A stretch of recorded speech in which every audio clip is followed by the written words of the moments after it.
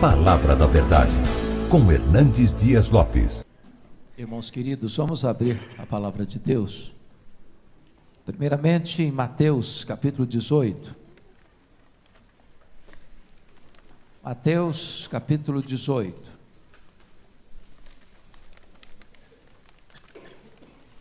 Versos 21 e 22.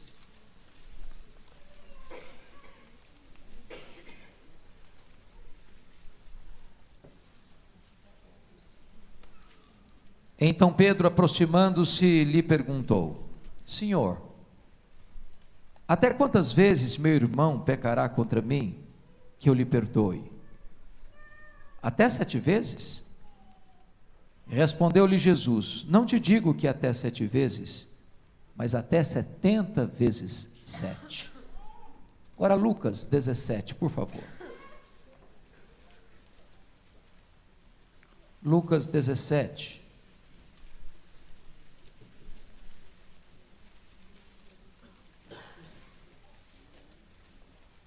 Versos 3 a 5. Disse Jesus: Acautelai-vos, se teu irmão pecar contra ti, repreende-o. Se ele se arrepender, perdoa-lhe. Se por 7 vezes no dia pecar contra ti, e 7 vezes vier ter contigo dizendo: estou arrependido, perdoa-lhe. Então disseram os apóstolos ao Senhor: aumenta-nos a fé. Finalmente, Colossenses capítulo 3. Carta de Paulo aos Colossenses, capítulo 3.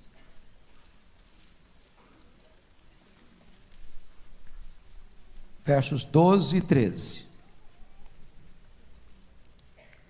Revesti, pois, como eleitos de Deus, santos e amados, de ternos afetos de misericórdia, de bondade, de humildade, de mansidão, de longanimidade. Suportai-vos uns aos outros, perdoai-vos mutuamente, caso alguém tenha motivo de queixa contra outrem. Assim como o Senhor vos perdoou, assim também perdoai vós. Amém. Eu quero tratar deste assunto. Quero tratar sobre perdão nesta noite. Nós vivemos num mundo onde os relacionamentos estão muito feridos. Feridos no casamento, feridos na relação conjugal. Estava lendo uma estatística semana passada de que no Brasil 30% das mulheres assassinadas no Brasil são assassinadas pelo marido ou pelo ex-marido, pelo namorado, pelo ex-namorado, pelo noivo ou pelo ex-noivo. 30%. Nós vivemos numa sociedade machucada, atordoada, onde os relacionamentos não só estão estressados, mas onde há uma desconfiança plena, onde a integridade, a fidelidade se escasseia. Nós estamos vivendo um tempo onde as relações internacionais andam tensas, onde a paz é postiça, onde a boa convivência é por medo, onde as feridas estão mais abertas e os muros de inimizade são mais altos. E eu queria evocar aqui, nesse mundo tão marcado pela ira, pelo ódio, pela vingança, pelo revide, um fato curiosíssimo. Todos vocês conhecem e sabem o que aconteceu no dia 7 de dezembro de 1941. Foi no pleno andamento da Segunda Guerra Mundial, quando um homem chamado Mitsu Fuchida comanda o ataque japonês à frota americana no porto de Pearl Harbor. Um ataque repentino e implacável. trazendo perda de centenas de vidas e de tantos prejuízos. Era um domingo de manhã, e quando a notícia foi dada na América, lágrimas, dor, sofrimento, mas um homem chamado Jack the Chase se apresenta para um ato de vingança, para atacar a cidade de Tóquio, para bombardear a cidade de Tóquio. E quando ele parte para esta inglória empreitada, ele é capturado, ele é apanhado, ele é preso, ele é torturado, fisicamente, psicologicamente, com escassez de pão. Quando ele estava na prisão japonesa, já num estado de completo desalento, chega à sua cela uma folha rasgada contendo uma porção da Bíblia, e ele lê esta porção da Bíblia, e o coração dele é tocado, e lá naquela prisão imunda, lá machucado e ferido e agredido pelas circunstâncias da vida, ele se rende ao Senhor Jesus.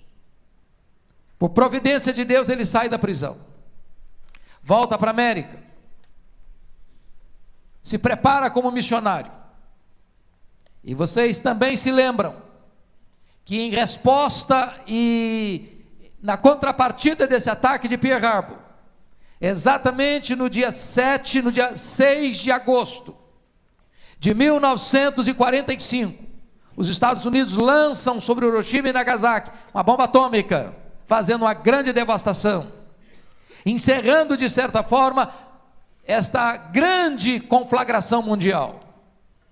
Curiosamente, este homem chamado Jack the Chase, convertido na prisão, retornando à América, se preparando como missionário, Deus toca no coração dele: eu vou voltar para o Japão, e agora eu não vou querer mais bombardear aquele país, eu vou querer semear aquele país com a boa nova do Evangelho. E ele escreveu um folheto contando o seu testemunho, e distribuiu em larga escala em Tóquio. E curiosamente, exatamente no dia 5 de agosto de 1945, Mitsu Fuchida estava em Hiroshima, e ele sai de Hiroshima na véspera do ataque, e ele então, por providência divina, recebe um folheto contendo o testemunho de Jack the Chase, e ao ler esse testemunho, ele também é convertido a Cristo. E depois da Segunda Guerra Mundial, esses dois homens, na cidade de Tóquio, sobem ao mesmo palanque, ao mesmo palco, para pregar o Evangelho da graça de Deus. Porque não há nenhum outro elemento e poder na terra capaz de abrandar o coração do homem, transformar ódio em amor e pavimentar o caminho do perdão diante de tantas mágoas e de tantas feridas. Um dos pregadores mais conhecidos do Brasil, há 20 anos percorrendo a nação brasileira e conversando com lideranças para aqui, para ali, para acolá, chegou à seguinte conclusão: o pecado que ele mais viu na igreja evangélica brasileira foi o pecado da mágoa. Pastores feridos, presbíteros feridos, diáconos feridos, líderes feridos, membros de igreja feridos, pessoas machucadas emocionalmente. Eu estava pregando aqui no estado de São Paulo há alguns anos, e essa experiência marcou muito a minha vida, porque estava numa igreja de um pastor que era um grande evangelista, e me hospedei na casa dele, e ele me disse da frustração que ele estava tendo, porque já estava há 4 anos nessa igreja e não havia conversões. E nós oramos pelo culto daquela noite, e aliás foi o culto da manhã, melhor dizendo, e naquela manhã Deus me inclinou a pregar sobre perdão. Eu não sabia o que estava acontecendo, E quando eu terminei de pregar e nós nos ajoelhamos para um tempo de oração silenciosa, o silêncio foi quebrado de uma maneira estranha, porque começamos a ouvir soluços, choro convulsivo. Quando nós tomamos pé do que estava acontecendo, duas mulheres da igreja, ambas da liderança da igreja, uma sentada na frente, outra sentada atrás, se entreolharam pelo corredor e saíram correndo, uma na direção da outra, e se abraçaram longamente, choraram longamente. Estavam inimizadas há vários anos na membresia e na comunhão daquela igreja. O que nos marcou profundamente é que no culto da noite, cerca de 15 pessoas se renderam aos pés do Senhor Jesus. Aquilo que bloqueava e fechava o caminho daquela igreja foi desbloqueado e foi aberto pelo exercício do perdão. Eu estava pregando em Toronto, numa igreja evangélica, há alguns anos, e também naquela ocasião eu pregava sobre perdão, e uma cena me marcou muito, mas profundamente. Quando eu terminei de pregar, o pastor da igreja se dirigiu a um diácono que estava lá na porta. Ele disse: meu irmão, eu gostaria que você viesse ao púlpito. Eu não sabia o que estava acontecendo. Na medida em que aquele diácono estava vindo, ele foi confessando a sua mágoa, a sua dor, a sua angústia, o seu relacionamento estressado com aquele irmão. E quando aquele irmão chegou ao púlpito, ambos se abraçaram e choraram demoradamente. O que eu achei maravilhoso é que outros membros na congregação começaram a procurar um ao outro, e chorar um com o outro, e pedir perdão um para o outro, e Deus fez ali uma espécie de restauração coletiva naquela igreja. Há muitas pessoas machucadas e feridas, há muitas pessoas que guardam mágoas desde a infância, porque foram abusadas, talvez pelo pai, pela mãe, pelo tio, pela tia, por alguém da família, por alguém próxima, e essa mágoa está lá doendo, essa mágoa está lá guardada, essa ferida ainda está sangrando, e não há outra forma de cura e de restauração a não ser pelo exercício do perdão. Eu quero dizer para você, meu amado, que mágoa separa casais. Há divórcios hoje porque as mágoas surgidas na relação não foram tratadas e não foram resolvidas. A mágoa separa irmãos de sangue, como separou Esaú de Jacó durante 20 anos. Separa amigos, como separou Paulo e Barnabé, homens santos de Deus, que não caminharam juntos, por causa de uma desavença. Mágoa separa nações. Você vê até hoje, quando você vai a Israel, um muro que separa Jerusalém de Belém, porque as duas nações que estão ali não convivem, embora convivam geograficamente, não têm relação de amor e de amizade uns pelos outros. Perdão é uma necessidade. Sem perdão não tem cristianismo, sem perdão não tem vida saudável, sem perdão não tem relacionamentos que possam trazer glória para o nome de Deus. Eu concordo com o grande pensador cristão C.S. Lewis. É mais fácil falar sobre perdão do que perdoar. É fácil fazer um sermão sobre perdão, é fácil dar um estudo bíblico sobre perdão, é fácil fazer um discurso sobre perdão, até você ter alguém para perdoar. Então, à luz dos textos que nós lemos, eu gostaria de trazer para vocês uma mensagem da parte de Deus sobre perdão. A primeira mensagem, primeira lição desse texto é a necessidade do perdão. Então vá comigo para Colossenses capítulo 3, versículo 13. E eu peço a você que em voz alta, em uníssono, com voz bem forte, bem eloquente, façamos novamente a leitura desse texto. Colossenses 3,13, toda a igreja comigo, por favor. Suportai-vos uns aos outros, perdoai-vos mutuamente, caso alguém tenha motivo de queixa contra outro. Assim como o Senhor vos perdoou, assim também perdoai vós. Nós devemos perdoar, em primeiro lugar, irmãos, porque o texto diz que muitas vezes, ou algumas vezes, pode ter o caso de alguém ter motivo de queixa contra outrem. Sabem por quê? Nós não somos perfeitos. Nós não viemos de uma família perfeita. Nós não nos casamos com uma pessoa perfeita. Nós não temos filhos perfeitos. Nós não frequentamos uma igreja perfeita. Nós não temos pastores perfeitos. Nós não temos uma liderança perfeita. Nós não vivemos numa sociedade perfeita. Nós decepcionamos as pessoas e as pessoas nos decepcionam. Nós ferimos gente e gente nos fere. Nós falamos muitas vezes o que nós não gostaríamos de ter falado, mas falamos. Além do mais, existem ruídos de comunicação. Você fala uma coisa, a pessoa entende outra. E por esta razão, há muitas situações e circunstâncias que podem nos levar a falhar uns com os outros, a termos queixas uns dos outros. A igreja não é uma comunidade perfeita. Nós erramos uns com os outros. É por isso que enquanto estivermos aqui, nós precisaremos exercer perdão. Lá no céu não vai ser preciso mais perdão. Lá não vão ser perfeitos.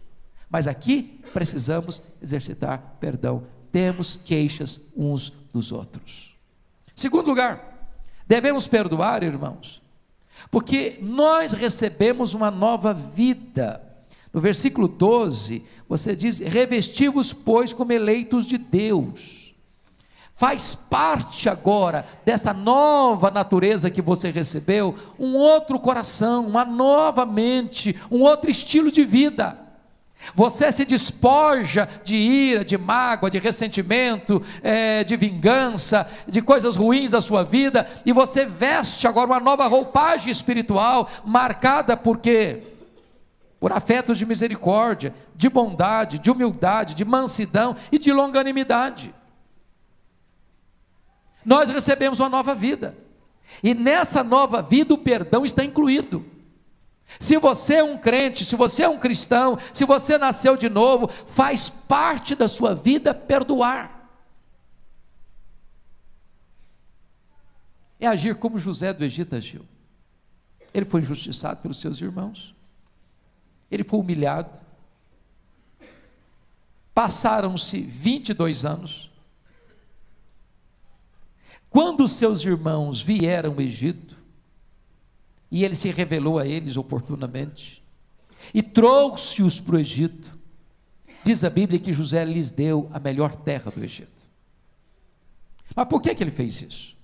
Porque antes disso, quando ele se casa no Egito, e nasce o primeiro filho, ele bota o nome daquele menino de Manassés. E o que significa Manassés?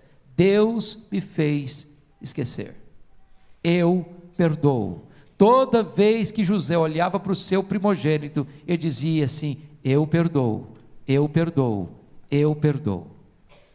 Perdão é uma decisão,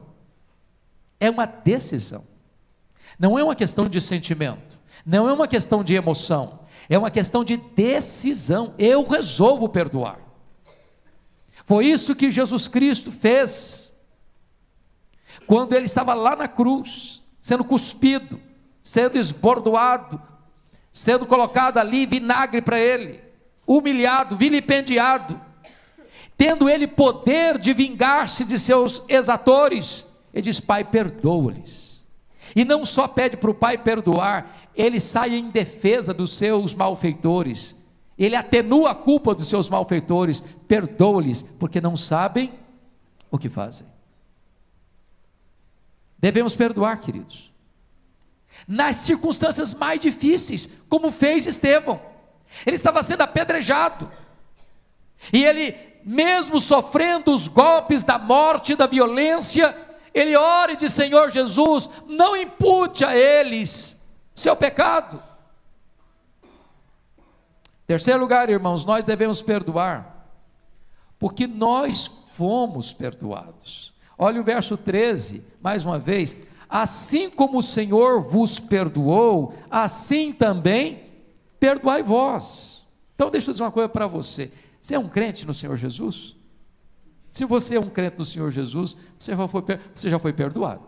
Não tem crente sem ser perdoado. Ninguém entra no céu sem ser perdoado. Ninguém. Como é que Deus perdoou você? Primeiro, Deus perdoou você completamente, ou seja, perdoou de tudo. Segundo, Deus perdoou você eternamente, ou seja, para sempre. Terceiro, Deus apagou, Deus desfez, Deus esqueceu, Deus sepultou os seus pecados nas profundezas do mar. Deus desfez o seu pecado como névoa. Deus jogou para trás de suas costas os seus pecados e as suas transgressões. Deus lança, diz a Bíblia em Miqueias 7:19, os nossos pecados nas profundezas do mar. E Corritemum acrescenta o seguinte, e bota ali uma placa: é proibido pescar aqui. Deus é o Deus que perdoa e nunca mais se lembra dos nossos pecados. E agora a Bíblia está dizendo que assim como Deus perdoou você, você deve perdoar. Bom, para você entender isso um pouco melhor, como Deus perdoou você, Jesus Cristo conta uma parábola, a parábola do credor incompassivo. E ele fala de um rei que estava acertando conta com seus súditos e encontrou um deles que lhe devia 10.000 talentos. E esse homem não tinha como pagar 10.000 talentos. E o rei então mandou vender a sua família para quitar a dívida. E o homem pediu misericórdia e o rei resolveu perdoar a ele a dívida dos 10.000 talentos. E esse homem que recebeu um tão grande perdão, lá na frente, encontra um conservo que lhe deve 100 denários. E esse conservo que lhe deve uma mixaria de 100 denários, não tem com que pagá-lo. E ele agarra esse homem, diz: paga o que você me deve. E esse homem pede misericórdia, como ele pedira lá atrás, e ele não tem misericórdia daquele que lhe deve 100 denários. E diz a Bíblia que o rei, escutando essa conversa, mandou chamá-lo e disse: servo malvado, eu perdoei a você 10.000 talentos, você não pode perdoar o seu conservo 100 denários, pois você vai ser entregue aos verdugos, você vai ser entregue aos flageladores, até que você pague o último centavo. E a parábola termina Jesus dizendo assim: assim vosso Pai Celeste vos fará, se do íntimo não perdoardes uns aos outros. O grande problema dessa parábola para nós, é que Jesus usa uma moeda que não é a nossa, e nós ficamos um pouco confusos para entender exatamente o que ele está falando. O que significa 10.000 talentos? Um talento são 35 quilos de ouro. 10.000 talentos são 350 mil quilos de ouro. Eu estava dando uma olhadinha hoje no preço do ouro, está R$132 o grama. Então, na linguagem de hoje, eu estou falando em torno de 46 bilhões de reais. Naquela época, o salário era 1 denário por dia. Para um homem juntar 10.000 talentos, ganhando 1 denário por dia, esse homem teria que trabalhar na época em torno de 150 mil anos. Aí você faz uma pergunta: por que Jesus usa uma parábola com uma cifra tão exagerada? Para ilustrar um ponto importante. Esse é o tamanho da sua dívida com Deus, da minha dívida com Deus. Sabe o que significa isso? A nossa dívida com Deus é impagável, e Deus nos perdoou completamente. E agora Paulo está dizendo que você e eu devemos perdoar, assim como Deus em Cristo nos perdoou. Então, por favor, preste atenção nisso. Nunca diga o seguinte: eu não perdoo, eu fui muito humilhado, eu fui muito machucado, eu fui muito injustiçado, eu sofri muito, eu não vou perdoar. Porque a Bíblia diz que você deve perdoar, assim como Deus em Cristo perdoou você. Pois bem, amados, por que você deve perdoar? Porque se você não perdoar, a sua vida trava. Eu vou dizer isso: a sua vida trava, e trava em todos os sentidos. Primeiro, se você não perdoar, você não pode orar. Não adianta você orar, vai virar ladainha. Você quer ver uma coisa? Olha comigo lá o que está escrito em Marcos 11. Marcos 11, 25. Confira isso, por favor. Marcos 11, 25. Olha o que Jesus ensinou. Você pode ler em voz alta comigo, nesse versículo? Vamos juntos? E quando estiverdes orando, se tendes alguma coisa contra alguém, perdoai, para que vosso Pai Celestial vos perdoe as vossas ofensas. Então preste atenção, você está orando, lá na sua casa, lá no seu quarto, lá no seu carro, lá no seu escritório, lá na sua escola, lá onde você estiver, você está orando. Puxa vida, Senhor, mas eu estou com raiva do que ele falou. Senhor, aqui o problema não foi resolvido, aquela mágoa está aqui ainda. Ô Senhor, esse negócio ainda está doendo. O texto está dizendo o seguinte: perdoe, porque se você continuar orando sem perdoar, você não vai poder ser perdoado, e se você não for perdoado, não tem jeito de você ter comunhão com Deus, a oração é interrompida. Quer ver outro exemplo? Você já parou para perguntar por que Jó 42, versículo 10, diz que Deus restaurou a sorte de Jó quando ele orava pelos seus amigos? O que seus amigos fizeram para ele? Vocês lembram? Seus amigos acusaram Jó de ladrão, de adúltero, de louco, de roubar os órfãos e as viúvas, acusações levianas, pesadas. O que Jó fez? Se defendeu e se queixou. Aí Deus diz para Jó o seguinte: meu filho, você quer ser restaurado? Primeiro, pare de se defender e comece a orar por essas pessoas que estão acusando você. Mas você não consegue orar por alguém e ter mágoa dela ao mesmo tempo. Então, para você orar por alguém, a primeira coisa que você tem que fazer é perdoá-la, porque se você não perdoa, a sua oração é interrompida. Você quer ver outra coisa? 1 de Pedro, capítulo 3, versículo 7. Abra lá, por favor, só para dar uma olhadinha comigo. Primeira carta de Pedro, 3, versículo 7.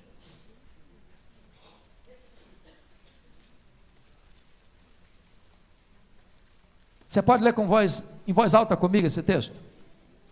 1 de Pedro 3, 7. Vamos todos juntos? Vamos lá? Maridos, vós igualmente, vivei a vida comum do lar, com discernimento, e tendo consideração para com a vossa mulher como parte mais frágil, tratai-a com dignidade, porque sois juntamente herdeiros da mesma graça de vida, para que não se interrompam as vossas orações. Então preste atenção aqui, maridão. Se você tratar a sua mulher com casca grossa, sua vida de oração está acabada. Você pode dizer glória a Deus e aleluia no templo, você pode chorar na vigília de oração, isso não vai valer nada se você não tratar a sua mulher com dignidade dentro de casa. Se você não for amável com ela, se você não tratá-la com sensibilidade, suas orações são interrompidas. Se você não perdoar, meu amado irmão, outra coisa que não adianta é o seu culto. Está escrito isso lá em Mateus 5, 23, 24. Se você trouxer a sua oferta para o altar, lembrar que você tem alguma coisa contra alguém que tem alguma coisa contra você, deixa a oferta, vai lá, resolve o problema, depois vem e faz a sua oferta, porque antes de Deus aceitar o seu culto, Ele precisa aceitar a sua vida. Você não pode adorar a Deus. Terceiro, se você não perdoar, sabe o que vai acontecer com você? Você não vai poder ser perdoado por Deus. Foi assim que Jesus ensinou: Pai, perdoa-nos as nossas dívidas, assim como nós perdoamos aos nossos devedores. Se você está guardando mágoa no seu coração, nessa oração você está pedindo juízo de Deus sobre a sua cabeça e não perdão. Você está pedindo para que Deus trate com você do mesmo jeito que você está tratando com a pessoa. Quarto lugar, se você não perdoar, você vai adoecer fisicamente. Ô irmãos, convenhamos, muitas das doenças que assolam a nossa população hoje, são as chamadas doenças psicossomáticas, são mágoas não tratadas, são tensões não resolvidas, são estresses relacionais não curados. Isso vai somatizando, e a pessoa adoece. Por isso está escrito em Tiago 5,16 assim: confessai, pois, os vossos pecados uns aos outros, para serdes curados. Tem mágoa, resolva. Tem pendência, acerte. Tem ferida aberta, cure. Não passe por cima, não sepulte um problema vivo. Não atropele as pessoas, não fira as pessoas, não machuque as pessoas. Resolva perdoar para que você seja curado. Quer outro exemplo? 1 Coríntios 11:30, aquela igreja de Corinto era uma igreja que tinha partidos, que tinha brigas, que tinha disputas, que tinha tensões internas, e a Bíblia diz que aqueles crentes, em vez de resolver os problemas, acumulavam os problemas, e Paulo começa a dizer que eles iam participar da ceia, com todas essas pendências, e tinha gente fraca, e tinha gente que já estava morta, porque não trataram dos problemas relacionais, com o exercício do perdão. Mas finalmente, se você não perdoa, sabe o que vai acontecer com você? Você vai ser entregue aos flageladores, aos verdugos da consciência. Você não vai ter paz, porque guardar mágoa, meus irmãos, é uma insanidade. Guardar mágoa é a mesma coisa de você beber um copo de veneno pensando que o outro é que vai morrer. Guardar mágoa é você viver no cabresto do outro. O outro domina você, controla a sua mente, controla os seus pensamentos, controla os seus sentimentos. Você não se liberta dele. Você vai conviver com quem você não gostaria de conviver 24 horas por dia. Você vai chegar em casa cansado e a pessoa vai dormir do seu lado e virar o seu pesadelo. Você vai chegar em casa com fome e a pessoa se assenta à mesa com você e tira o seu apetite. Você vai sair de férias com a família e a pessoa pega carona com você e estraga as suas férias. A única maneira de você ser livre é perdoar. Não tem cristianismo sem perdão. Mas vamos ao segundo ponto dessa mensagem, a medida do perdão. Olha comigo Mateus 18, 21 e 22 agora, o segundo texto que lemos. A questão é, perdoar sim, ok, tudo bem, chego à conclusão que Deus perdoa mesmo, mas até quando? Até quando? Tem limite esse negócio? Foi a grande pergunta de Pedro. Ô Senhor, ok, até quando Deus perdoa? Até 7 vezes? E o Pedro foi assim, muito otimista, muito crente, muito espiritual. É quase que ele esperava um elogio de Jesus. Parabéns, Pedro, você é um cara batuta, você é um cara crentão mesmo.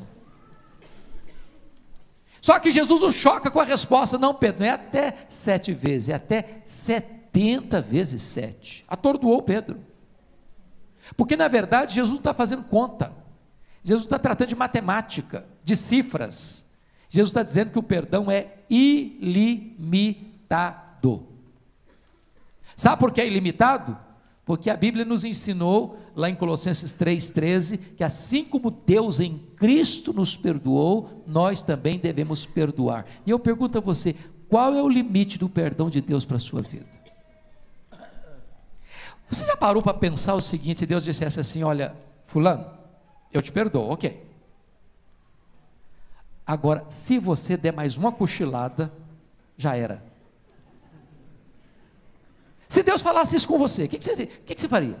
Está perdido. Se você der mais um escorregão, está fora. Se você perder o controle emocional mais uma vez, riscado o meu mapa. Se você pecar de novo, você não entra no meu céu.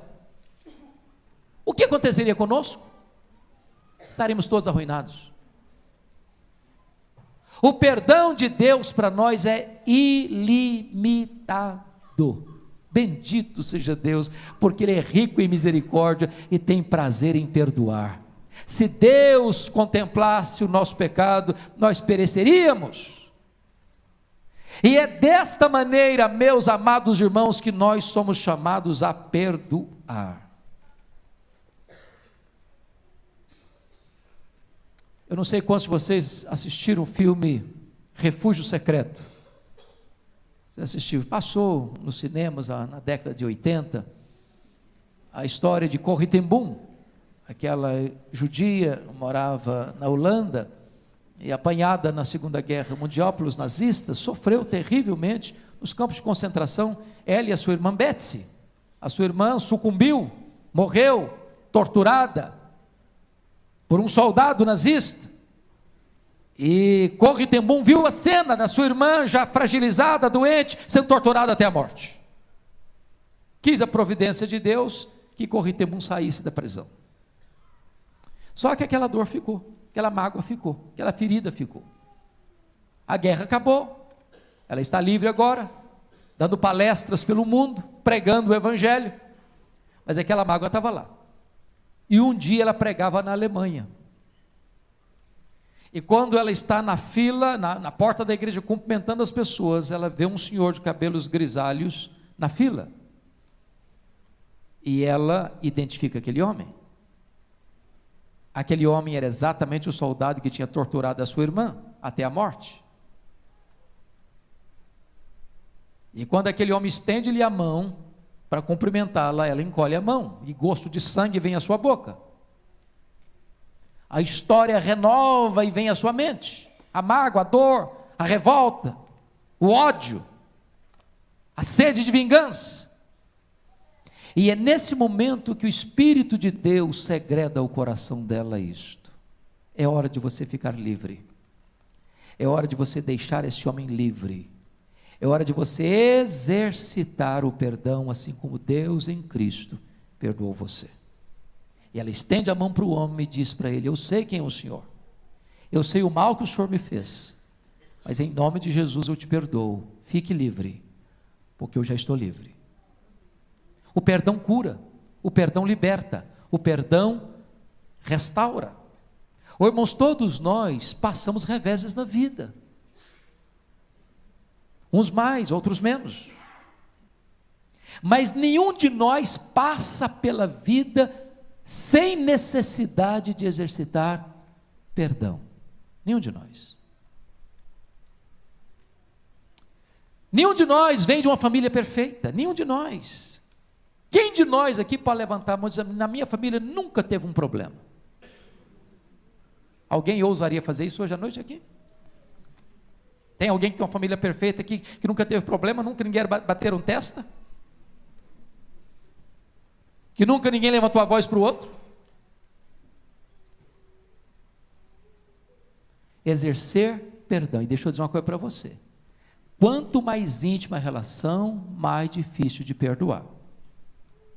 É mais fácil perdoar o estranho.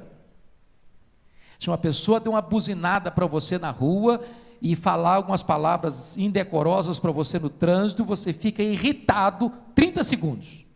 Dobrou a esquina, você não lembra mais. Você não sabe quem é a pessoa, de onde ela vem, para onde ela vai.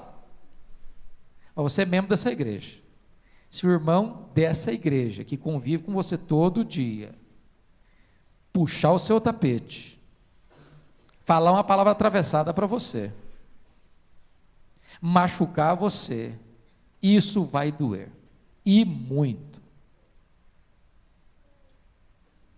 Se a sua mulher, se o seu marido, se o seu pai, se a sua mãe, se o seu filho, se a sua filha, se a sua sogra, se o seu sogro, se a sua nora, se o seu genro, se o seu irmão, se o seu cunhado, se o seu parente, se o seu vizinho machucar você, isso vai doer mais. Mas é preciso perdoar. Eu já contei isso para vocês algumas vezes. Eu já passei por muitas lutas na vida, muitas.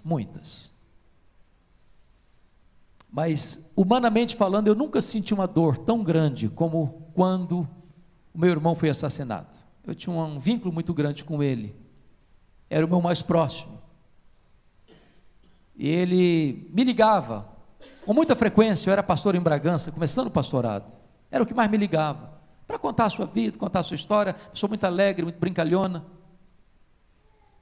E no dia do seu aniversário, ele saiu com a família para fazer compras. Lá na roça, se vai à cidade fazer compras, é uma compra assim, de roupa, de calçado, de coisas para casa, é aquela compra grande. E ele volta, e no dia seguinte, quando ele retorna dessa compra, o primo primeiro da sua mulher lhe desfere 11 golpes de faca, todas mortais. É uma dor impossível de se avaliar. Eu fiquei tão atordoado com a notícia que eu perdi minha voz,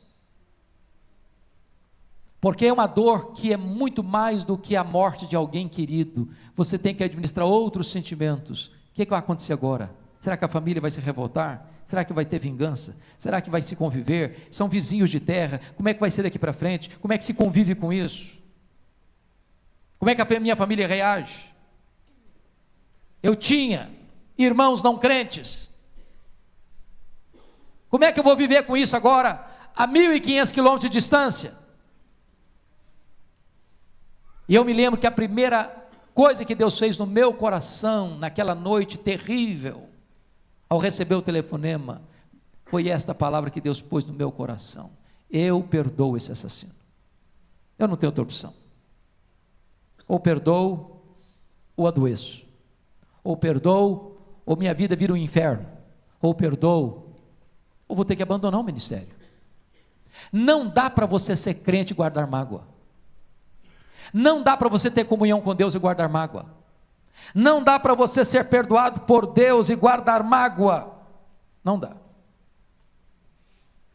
Mas agora eu gostaria de olhar com você o texto de Lucas 17. Quais são os passos desse perdão? E a primeira coisa que Lucas nos informa, meus irmãos, nesse processo do perdão, está aí no versículo 3: acautelai-vos. Por que Jesus começa sobre perdão falando de cautela?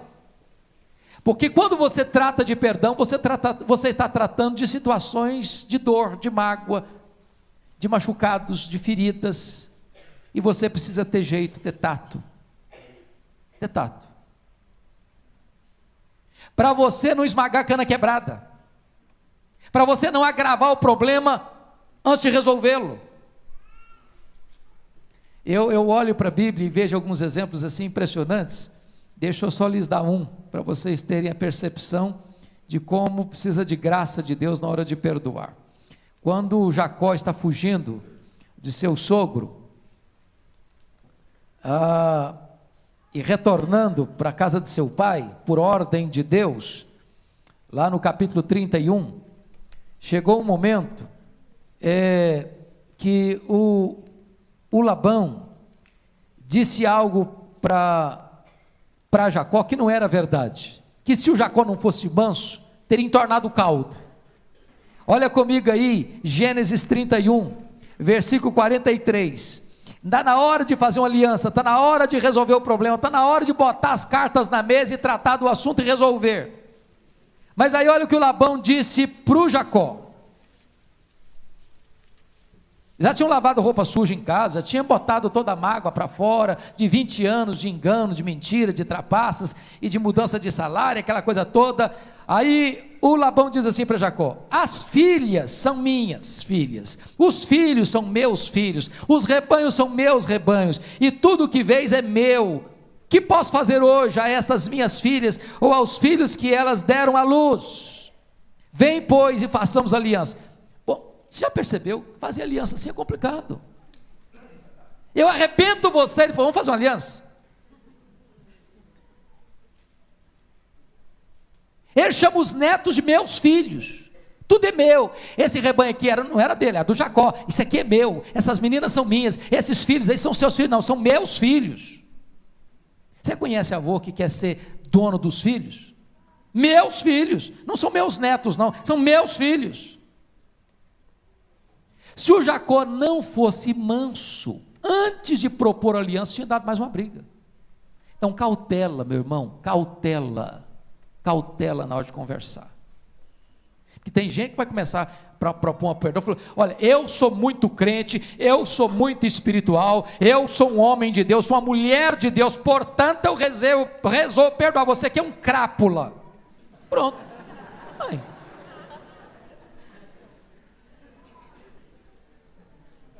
Cautela, para você não abrir mais ferida na hora de resolver o problema. Como é que Jesus tratou aquela mulher apanhada em flagrante adultério? A mulher estava condenada pelos líderes religiosos, a mulher estava condenada no tribunal da lei, a mulher estava condenada no tribunal popular, a mulher estava condenada no tribunal da consciência. A mulher estava arruinada por todos os lados, e Jesus disse: mulher, onde estão os teus acusadores? Eles não te condenaram? Eu também não te condeno. Vai, não peques mais. Aquela mulher já estava esmagada demais. O que Jesus Cristo fez foi tratar do seu pecado de forma firme e tratá-la com doçura para que ela fosse restaurada. Cautela. Segunda coisa, confronte com amor. Olha o versículo 3 ainda, volta lá para Lucas 17, por favor. Lucas 17, 3, está dizendo o seguinte: acautelai-vos, se teu irmão pecar contra ti, repreende-o. Por que Jesus disse isso, irmãos? Qual a nossa tendência maior? É preferir o confronto, o conforto da omissão, do que o desconforto do confronto. A gente acha melhor deixar para lá. A gente acha melhor não mexer no assunto. A gente acha melhor botar debaixo do tapete. A gente acha que o tempo é um santo remédio. O tempo não cura ferida, o tempo gangrena ferida. Deixa eu lhes dar 2 exemplos. Quando Jacó saiu de casa brigado com Esaú, passaram-se 20 anos. Ele volta depois de 20 anos, está preocupado com o problema. Está preocupado. E não for a mão de Deus para interferir, a situação teria tornado o caldo mesmo. Os irmãos de José vão 22 anos depois no Egito, quando José usa aqueles aspectos para se revelar a eles, a consciência deles está acusando a eles depois de 22 anos. Tempo não cura ferida. Silêncio não é sinônimo de perdão.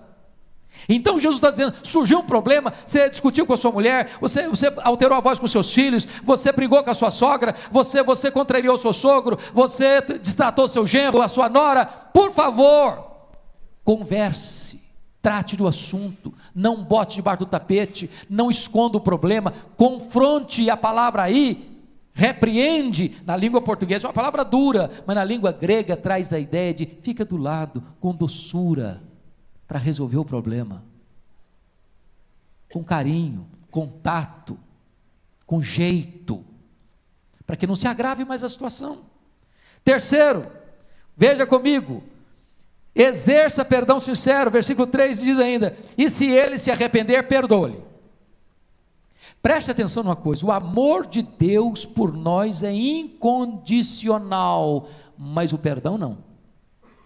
O perdão não é incondicional. Deus só perdoa você e a mim se nós nos arrependermos. Então, se a pessoa se arrepender, perdoa. Perdoa. Agora, preste atenção nisso. O que é perdão? Eu quero esclarecer isso aqui, porque tem muita gente que tem dificuldade de entender esse ponto. A Bíblia diz que nós devemos perdoar como Deus em Cristo nos perdoou. E como é que Deus nos perdoou? Deus perdoa os nossos pecados e deles não mais se lembra. Aí a pessoa diz assim, pastor, o meu problema é exatamente esse, eu até que perdoo, mas esquecer eu não esqueço. Eu não esqueço. E a pergunta é essa, você não esquece mesmo não? Porque se você não esquece mesmo, eu tenho uma grande boa notícia para lhe dar. Isso significa que você não tem amnésia. E quando a Bíblia diz que Deus perdoa e esquece, a Bíblia não está dizendo que Deus tem amnésia. Deus não tem amnésia. Deus não tem campo de esquecimento.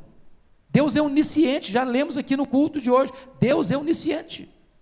Então o que a Bíblia quer dizer que Deus perdoa e esquece? Deus nunca mais cobra de você essa dívida. Deus nunca mais joga no seu rosto que Ele já perdoou você. Então perdão não é amnésia. Perdão é lembrar, sem sentir dor. É quando isso vem à sua mente, porque não adianta você, isso independe de você. Se você me perguntar assim, meu irmão morreu em 82, eu quase toda semana me lembro. Quase toda semana eu me lembro, mas quando isso vem à minha mente, eu digo, essa dívida está paga, não deve mais nada, eu não cobro mais, eu não sofro mais, porque esse assunto já está resolvido, eu resolvi perdoar. É lembrar sem sentir dor. Agora, deixa eu lhe dizer uma coisa importante aqui. Vamos imaginar que você teve um problema com fulano ou beltrano. Essa pessoa nunca se arrependeu. Essa pessoa nunca veio pedir perdão. Essa pessoa nunca aceitou o seu perdão. Quer dizer que você vai para a eternidade com uma pendência? Não, não. Eu não sei se as pessoas que apedrejaram Estevão se arrependeram do que fizeram. Senhor Jesus não lhes impute esse pecado.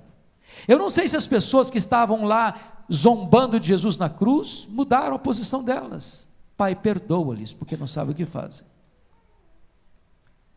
Tem hora que o perdão é unilateral. Sabe o que significa isso?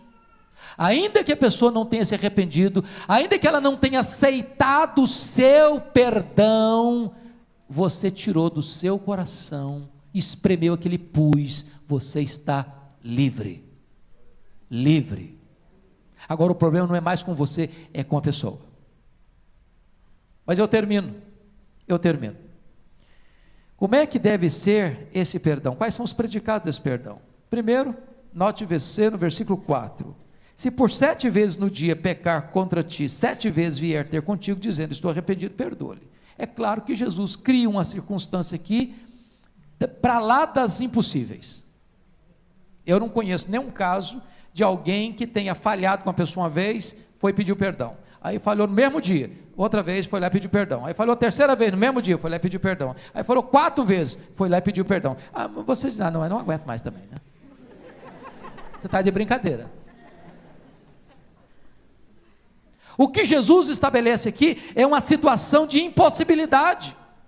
Mas ainda que seja um fato extremo desse, perdoa. O perdão é ilimitado. Mas note o versículo 4 ainda, se por 7 vezes pecar contra ti, 7 vezes vier ter contigo, dizendo estou arrependido, perdoa-lhe, restaure. Significa, irmãos, que quando há perdão, há restauração. Pense comigo se Deus fizesse assim comigo, tá bom, eu te perdoo, mas não quero saber de você mais. Pense comigo se você tomasse a atitude que Davi tomou em relação a Absalão, pode voltar para Jerusalém, mas não quer ver a cara dele. Isso não é perdão. Perdão implica em restauração. É o que Deus, na parábola do filho pródigo, conta, que o pai recebe o filho, abraça o filho, beija o filho, dá anel para o filho, dá sandália para o filho, dá roupa nova para o filho, faz uma festa para o filho. Isso é o que Deus faz com você, e é isso que você e eu devemos fazer uns com os outros. E eu termino aqui então, fazendo algumas aplicações práticas. Porque quando Jesus termina esse assunto, ele é tão assim sensível, que os discípulos olharam para Jesus e disseram assim, então Senhor, já que o negócio é desse jeito, aumenta-nos a fé. Não, o Senhor está pegando pesado demais, o preço muito alto, o Senhor está botando um nível muito alto, então Senhor, nós só queremos dizer uma coisa para o Senhor, do jeito, nós não temos capacidade para isso não, então já que é desse jeito, o Senhor aumenta a nossa fé. Sabe o que significa isso, querido? Perdão é um ato da graça de Deus. Você não perdoa porque você é um cara bonzinho, não. Você não perdoa porque você teve uma formação familiar linda, maravilhosa, não. Você não perdoa porque você é tão meigo, tão dócil, assim, tão gentil, não. Você só consegue perdoar porque a graça de Deus é que capacita você a isso. Só Jesus pode capacitar você a perdoar. Só Jesus. Concluindo, como é que a gente faz para fazer na prática isso? Primeira coisa que eu recomendo a você, rejeite ideia de desforra, viu, irmão? Tem gente que faz assim, ele vai me pagar, a hora dele vai chegar. Conhece gente assim? Tem ninguém assim aqui, né? Segundo, tome iniciativa, filho, tome iniciativa. Mas eu fui injustiçado, não importa, tome iniciativa. Procure, dê o primeiro passo, seja humilde. Terceiro, Não envolva outras pessoas.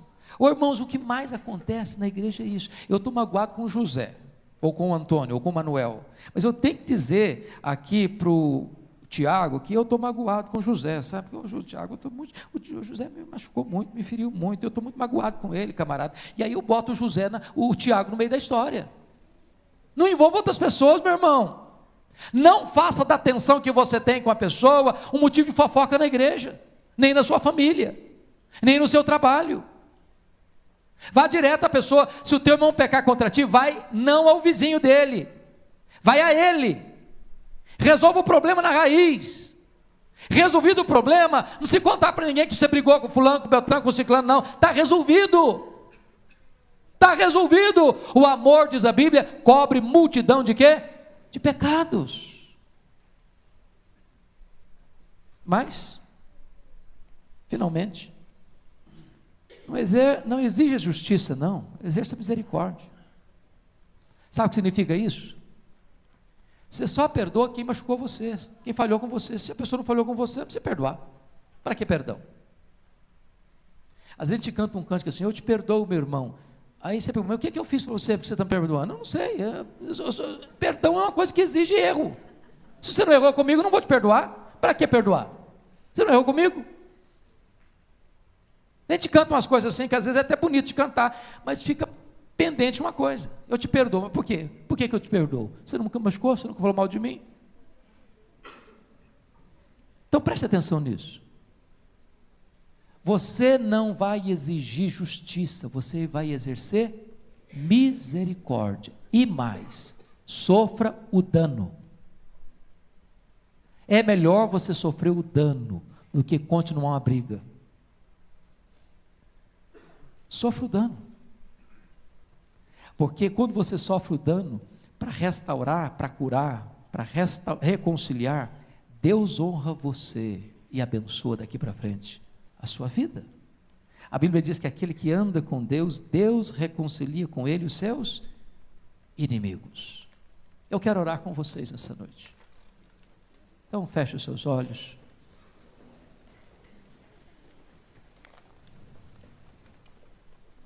E eu vou fazer duas perguntas para você enquanto você está com os olhos fechados. Primeira pergunta: pense aí no seu coração, a quem você precisa perdoar? A quem você precisa perdoar? Segunda pergunta: a quem você precisa pedir perdão? A quem você precisa pedir perdão? Temos que tratar de coisas práticas, irmãos. Tome a decisão de fazer isso hoje, esta semana. Ah, pastor, a pessoa não mora mais aqui não. Liga para ela, faça um telefonema, manda um e-mail, manda uma carta, faça uma visita. Não guarde mágoa, não deixe pendências na sua vida. Resolva isso, em nome de Jesus.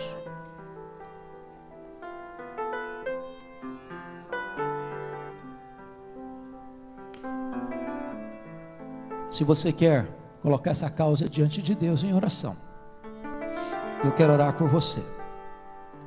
Você pode ficar em pé onde você está, e eu quero orar pela sua vida, pela sua família nesta hora. Fique em pé então, e eu quero orar por você e com você.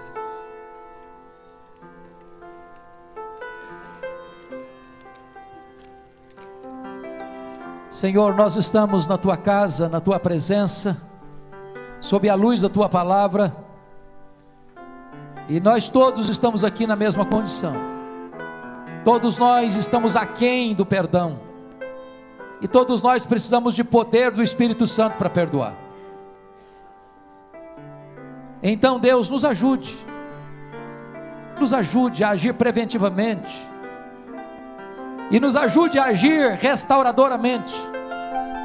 Mas cura feridas, Senhor, restaura relacionamentos, reconcilia o marido com a esposa com o marido, os pais com os filhos com os pais, a sogra com a nora, o sogro com o genro, cunhados entre cunhados, irmãos entre irmãos. Meu Deus, põe a tua mão, Senhor, e dá graça a nós, para que, por pior que seja a circunstância, tenhamos o mesmo sentimento que houve também em Cristo Jesus, e possamos exercitar perdão, assim como nós fomos alvos do teu perdão. Ajuda-nos a sairmos daqui curados e tratados por ti, entendendo que o perdão é a asepsia da nossa alma, é a faxina da nossa mente, é a alforria da nossa mente e a cura das nossas emoções. Que seja assim, Senhor, para a glória do teu nome, para que o teu povo tenha vida e vida em abundância, em nome de Jesus, amém.